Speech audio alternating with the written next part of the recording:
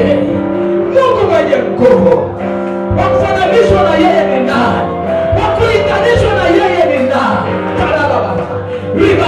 Ribakata. Yakatota raga sayaka. Lete telebekaya. Marasa tabaka. Uinuliwe Baba. Uinuliwe Baba. Utukuzwe Baba. Uheshimiwe Mfalme. Hakuna mfalme kama wewe. Hakuna egemeo kama wewe. Hakuna tegemeo kama wewe. Hakuna mwenye nguvu kama wewe. Tunakuabudu Baba.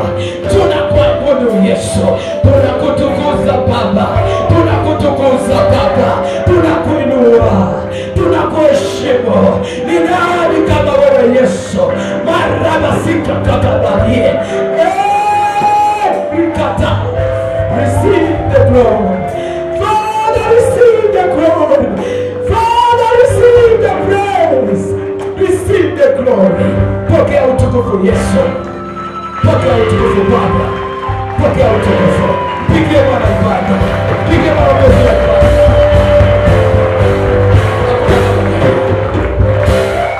Utaketi. Hallelujah. Amen. Amen. Thank you, Jesus. Glory be to Jesus. Asante Kristo. Thank you, Jesus. Tunamkona mbinguni, mpigie Bwana makofi tena. Hakuna kama yeye. Hakuna kufananishwa na yeye. Yeye pekee ndiye faraja la kweli. Yeye pekee ndiye tumaini na mabadiliko yetu. Ndiye tumaini na ushindi wetu. Haleluya. Bwana Yesu asifiwe sana. Katika hali ya uwepo wa Mungu nitakuwa na somo hili ambalo ni fupi sana, na kwa neema ya Mungu sihitaji tena mtafsiri kama hitajiki ndani ya kanisa hili. Kama Kiswahili kinaeleweka tu, kinaeleweka, maana nimeshakuwa Mswahili mkamilifu hata kuzidi Mswahili. Sema amen. Ni mwaka wangu wa 20 Tanzania. Pigia Bwana makofi vizuri. Nataka tuone kwenye kitabu kitabu cha Wafalme wa Pili, 2 Kings chapter 5. Tazungumza maneno machache tu na tutaomba. 2 Kings chapter 5 verse 15 to 16, na utaruka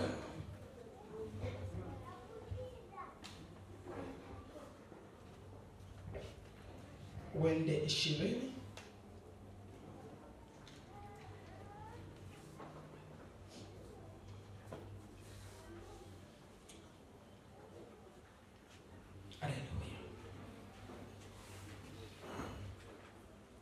Tusome 20 hadi 27. Sura Wafalme wa kwanza, Wafalme wa pili sura ya 5 mstari wa 15. Second Kings sura ya 5 mstari wa 15. Akamrudia mstari wa 10 hadi 16. Asante. Alafu utaruka usome mstari wa 20 hadi 27. Akamrudia yule mtu wa Mungu, yeye na mafuatano yake yote.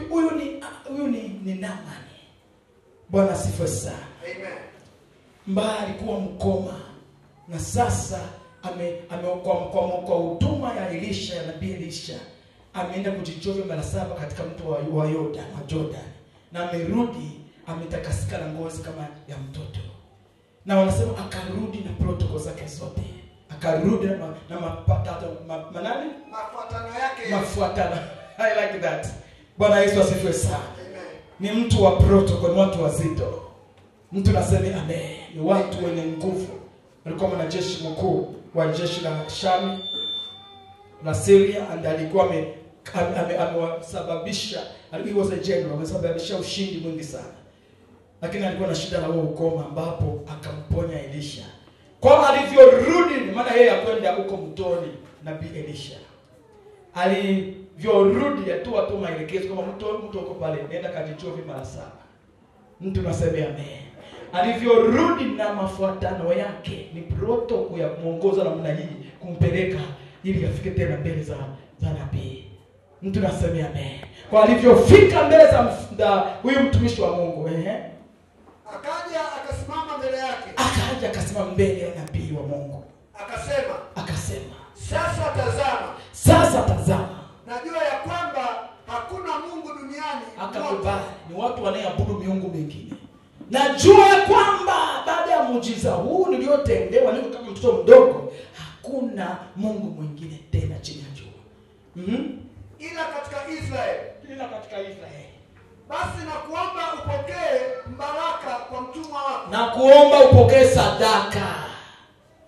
Nataka nitoe sadaka.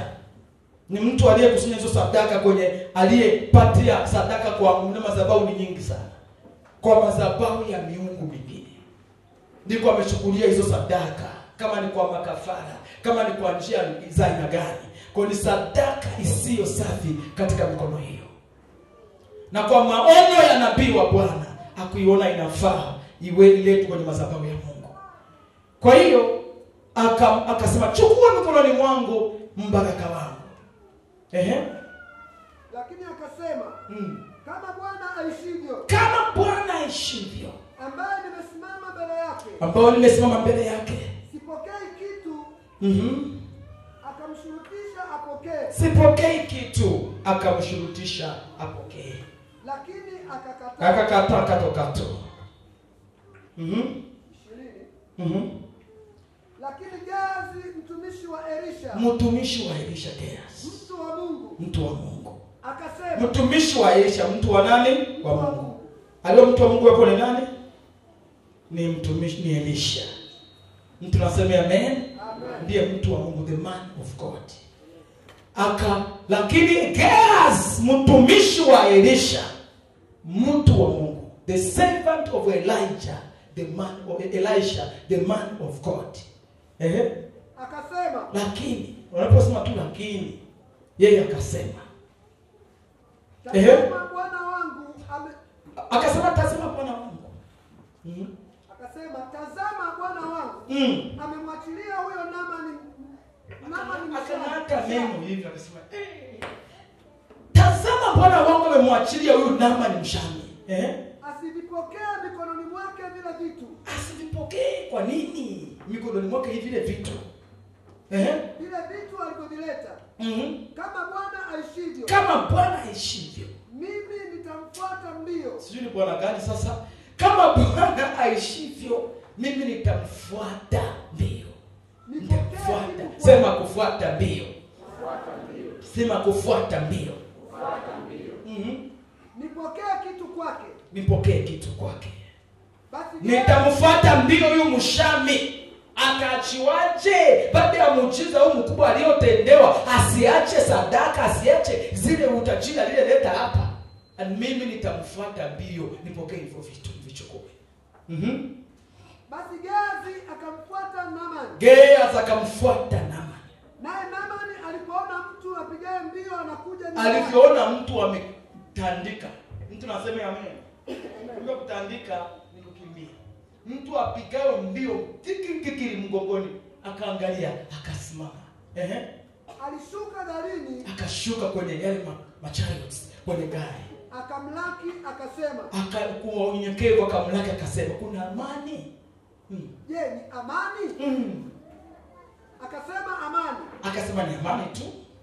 Bwana wangu amenituma kusema. Bwana wangu amenituma. Unaona uongo? Bwana wangu amenituma. Elisha nabii mtumishi wa Mungu amenituma, amegeuka. Alivyosema usimupe, amesema hapana, acha umupe tena. Amenituma. Amenituma kusema, tazama sasa hivi wamenijia kutoka milimani. Sasa wamenijia kutoka vilimani. Amenituma kwamba nije nikwambie, tazama wamenijia kutoka vilimani vijana wawili. Vilimani mwa Efraim vijana wawili. Wana wa manabii. Uwape na kuwaomba talanta ya fedha. Na mavazi mawili. Naamani akasema, uwe radhi, ukatoe talanta mbili. Akamshurutisha akafunga talanta mbili za fedha ndani ya mifuko miwili. Isi wala talanta moja, chukua talanta mbili. Ndani ya mifuko miwili. Akakusanya. Na mavazi mawili. Na mavazi mawili. Akamtwika kijana mtumishi kwa heshima, kwa sababu katumwa na nabii mkubwa sana, mtumishi prophet Elisha. Basi hata huyu mtumishi asibebe huu mzigo yeye, akamtwisha mtumishi wake, mtumishi wa Naamani. Akawatwisha watumishi wake wawili. Nao wakayachukua mbele yake. Naye alipofika kilimani, alijitoa mikononi mwao. Asije wakaonekana mjini huko, akawapokafana hilo dini tu, nitabeba hapa tulipofika. Akaviweka nyumbani. Akavipenda, akaficha nyumbani. Akawaacha wale watu kuondoka. Hata asijue mtu. Kisha akafanya nini? Nao wakaenda zao.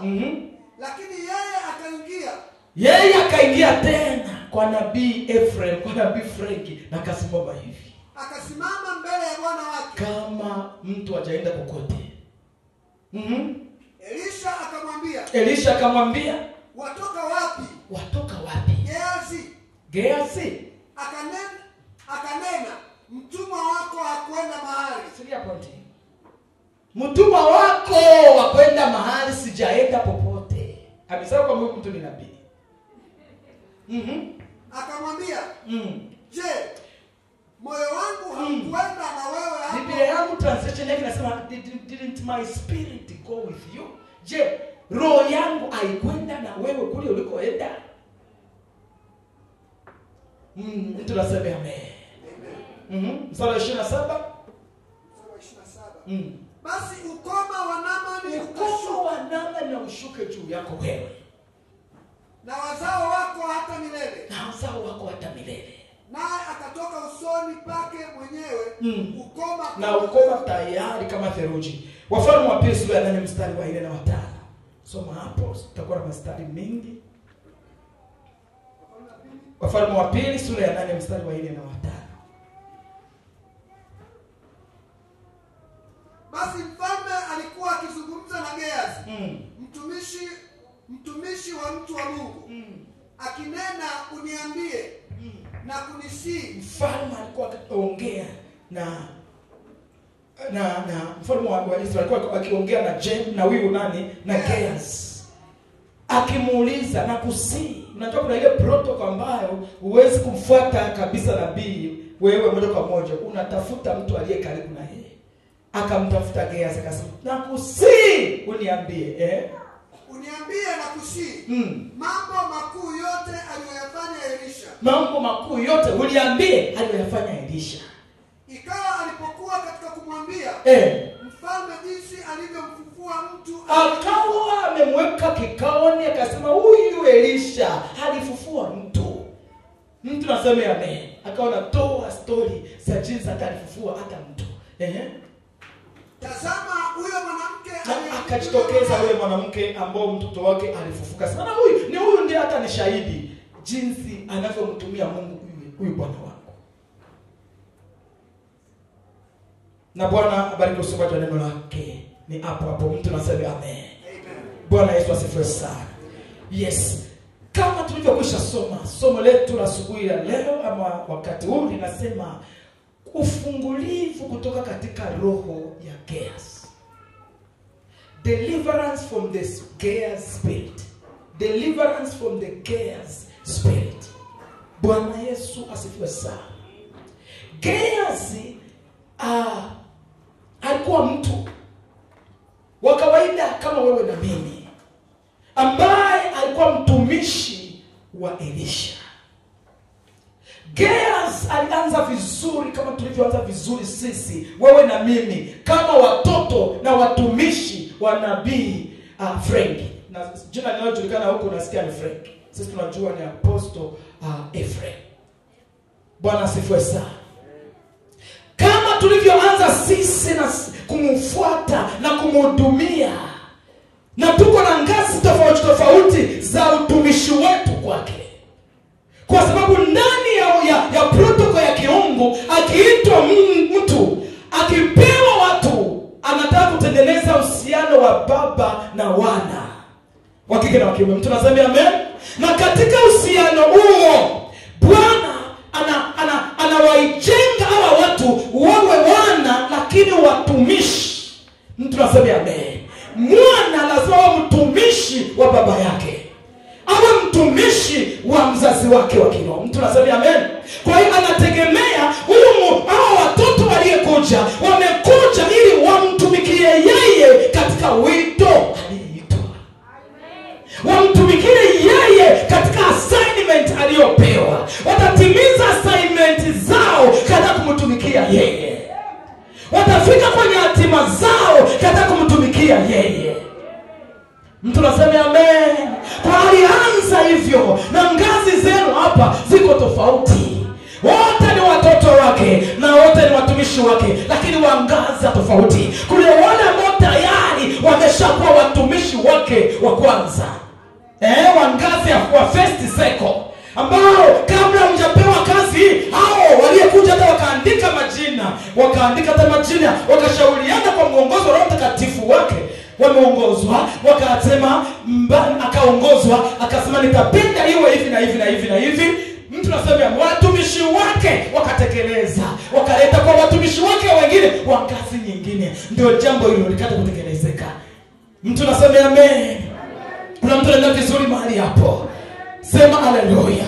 Kwa hiyo alianza hivyo, ambapo huyu nabii akikohoa, Geasi amefika, nilete maji. Hapana, nilikohoa tu. Mtu anasema amen. Akitafuta kama hivyo, amefunga na nataka kuanguka, baba nikushikilie, nishikilie ndio, ama beba mkoba, ama simama hapa ili even nikushikilie. You see what I mean? Alikuwa ni mtu ambaye amefika level ya tofauti ya mtoto wa Elisha, level ya tofauti ya mtumishi wa Elisha. Mtu anasema amen. Kuna mtu anaenda vizuri mahali hapa, haleluya. Tunaweza kuwa wote ni watoto wa kiroho kwa kuzaliwa kiroho. Bwana Yesu asifiwe sana. Lakini lazima tuvuke utoto, tufike kwenye level ya utumishi. Mtu anasema amen. Kwa hiyo mtu Geasi alikuwa ni personal secretary wa nabii Elisha. Akawa ni PA. Ndiye aliye na kitabu cha ratiba za Elisha. Ndiye aliye na kitabu cha programs zake zote.